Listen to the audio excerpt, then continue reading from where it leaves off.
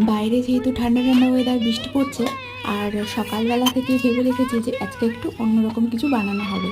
তাই জন্যই বানালাম ফ্লেভার ছাড়া ঘরোয়া বিরিয়ানি। যা যা ছিল সেই সমস্ত দিয়েই বানিয়েছি। তো চলো তাহলে বানানো যাক।